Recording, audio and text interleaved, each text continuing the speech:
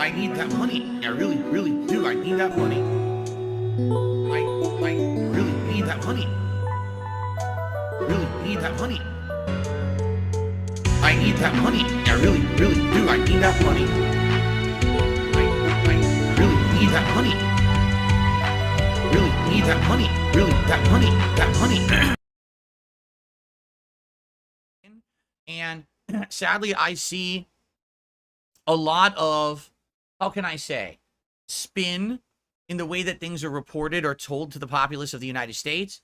I see a lot of propaganda, and it pisses me off, okay? Notably, one of the things that I have seen reported in our country in the last several years is jobs.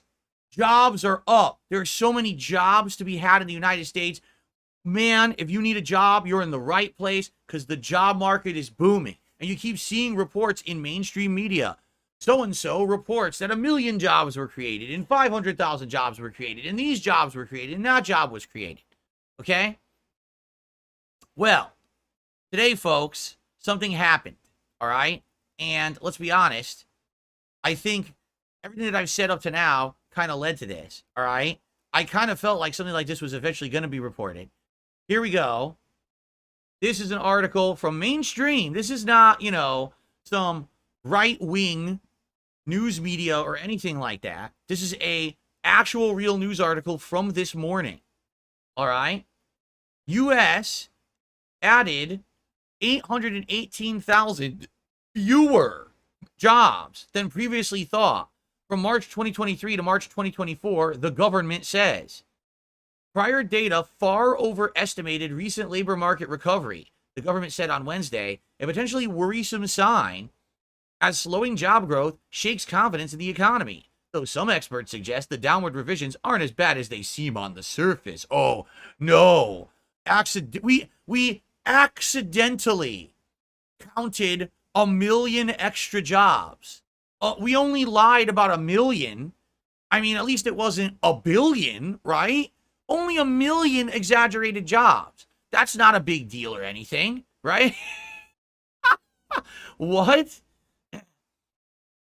So here you go. The U.S. added 818,000 fewer jobs than previously estimated from March 2023 to March 2024, according to the Bureau of Labor Statistics, which released the data about 30 minutes after the scheduled 10 a.m. EDT release. That brings the total employment growth, not including farm jobs, for the 12-month period from 2.9 million to about 2.1, knocking average monthly growth during that period about 242,000 to about 174,000. Stocks reacted positively to the announcement, with the S&P 500 rising after the revision's release, extending its daily gain. The update came as part of the regularly scheduled first benchmark revision to the government's monthly non-farm payroll data, the most widely cited measure of all the U.S. employment picture. So basically, every single person who references employment in the U.S. references this data, and the data was completely wrong for a year. A year. Oops. Now, the funny part about all this is, where is the accountability and who is responsible for this issue? You know what I'm saying? So taking a look here, massive revisions have been fairly normal in recent years. As the government said last August, it also overestimated the job growth for the 12-month period by 306,000. And in August 2019, it had underestimated job growth by 462,000. The most recent downward revision comes as late spring and early summer non-farm payroll expansion slowed, okay? Why are we constantly lying to the American populace about shit? Because our government is saying all the time, okay? Oh, here we go. I gotta read this. Chief critics, there's little reason to fret at this headline revision number, according to some economists. Goldman economist Walker wrote ahead of the Labor Department report, the 818,000 downward revision is likely erroneous and misleading, estimating the new forecast slightly overstated the error, due in part to a methodology mostly excluding unauthorized immigrants, a group which strongly contributes to overall job growth. We're not sweating this report. We're not sweating the fact that our government misreports things by 1 million. Again, this isn't 100, 1,000, 10,000, 100,000. This is nearly, they're off by 1 million. And that's what they told everyone for a year.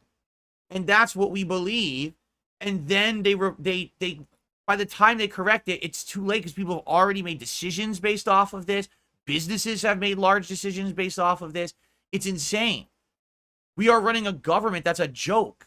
They can be wrong by 1 million and they're okay. Oh, it's fine. It's no big deal. No, it is a big deal. Okay, it really is a big deal. Now, here's the other part too. And this is the part that I absolutely have to add some commentary to. Did you notice that in this article, or in any article at all, that you read about the job growth in the United States, okay? Did you notice that they never say the quality or type of job growth? Did you happen to notice that? Nowhere here does it say, oh, they were in these particular sectors. In fact, what they actually did, they excluded the farm sector. They definitely did that. They said it's not farm jobs, right? But outside of that, does it say one little piece of information about the jobs? No. No, nothing at all, right? Why? Why? Do you want to know why? Because the jobs that they report that are job growth in the United States are not the kind of jobs that you can make a living doing. The jobs that they are reporting as job growth in the US, all right? Do you think it's a job where it's a factory job where you have a skill that you learn and you can apply it to a product and the product is great, and so that company appreciates you and you can get healthcare and you can get investments like retirement investments and you can get promoted and you can actually have like a career doing that? Is that what you really think the jobs are that they're reporting? Do you think that the jobs are office jobs, a cushy office job where you sit in a nice comfy chair all day doing data entry, answering phones, going to the boardroom meetings, talking with people, again, healthcare, retirement opportunities, things for your family, investments, and then promotions and career? Do you think that's the kind of jobs that they're talking about when they say, oh, our economy grew by so many jobs? No.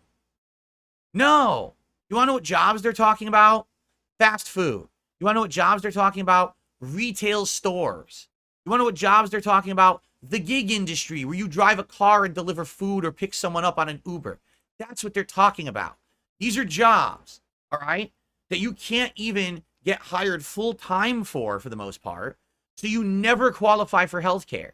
You have to pay for healthcare out of pocket, which is insanely expensive in the United States. For those who don't live in the US and you don't know how our healthcare works, unless you have an actual healthcare provider through your job because you work full-time, 40 plus hours a week, you have to pay for healthcare out of pocket.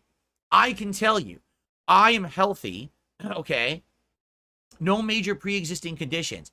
I pay over $400 a month for healthcare just to have it. That's not me using it. That's just to have it.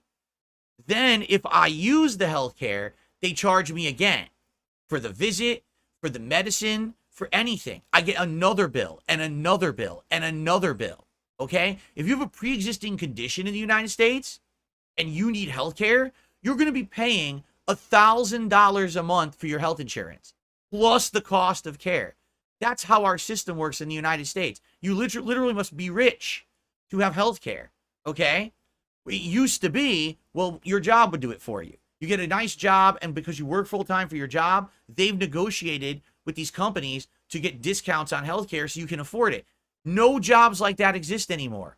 They've done away with them. They outsourced all that work to other countries, and now the only jobs that are left in the United States are less than full-time. So we're talking you're scraping by to maybe get 20, 30 hours a week at the job. No health care, no benefits, no retirement packages, no opportunity for advancement or any kind of career. You're lucky if they make the fucking work schedule more than a day before you're expected to report to work. So you can't even have a life because you don't know when you're supposed to be at work, how many hours you're working this week, how much money you're going to make this week because your schedule is constantly fucking changing. That's the jobs that we are adding to the US economy. Shit jobs that no one can make a living working. So many Americans are now being forced to work 2 jobs, 3 jobs, and juggling between them in a week because that's the only way they can make enough money to make ends meet. That's the true state of the American dream today in 2024. When our media presents this bullshit misinformation to the public and says, oh, so many jobs are being created. This is great. No one ever says what jobs. Tell me what good jobs have been created, because that's the data I want. I don't want a raw number. I want to know what good career jobs that you want to work for your life and can make a real living on. What of those did you create? Because that number right there is worthless. And then on top of them already lying and misrepresenting the jobs that are created, then the number is off by nearly 1 million. So not only is it shit jobs being created, then they overcounted it by 1 million shit jobs. That's the state of America. And you know, I'm not a political guy, but when I see shit like that, I'm like, are you kidding me? I will absolutely call hypocrisy out when I see it.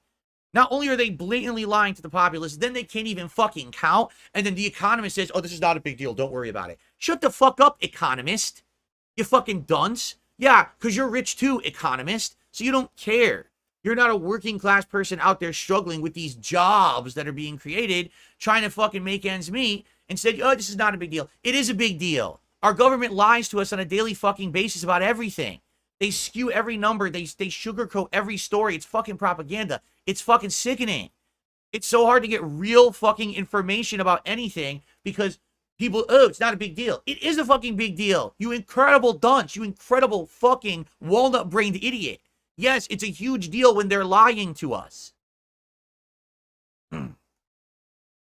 Okay.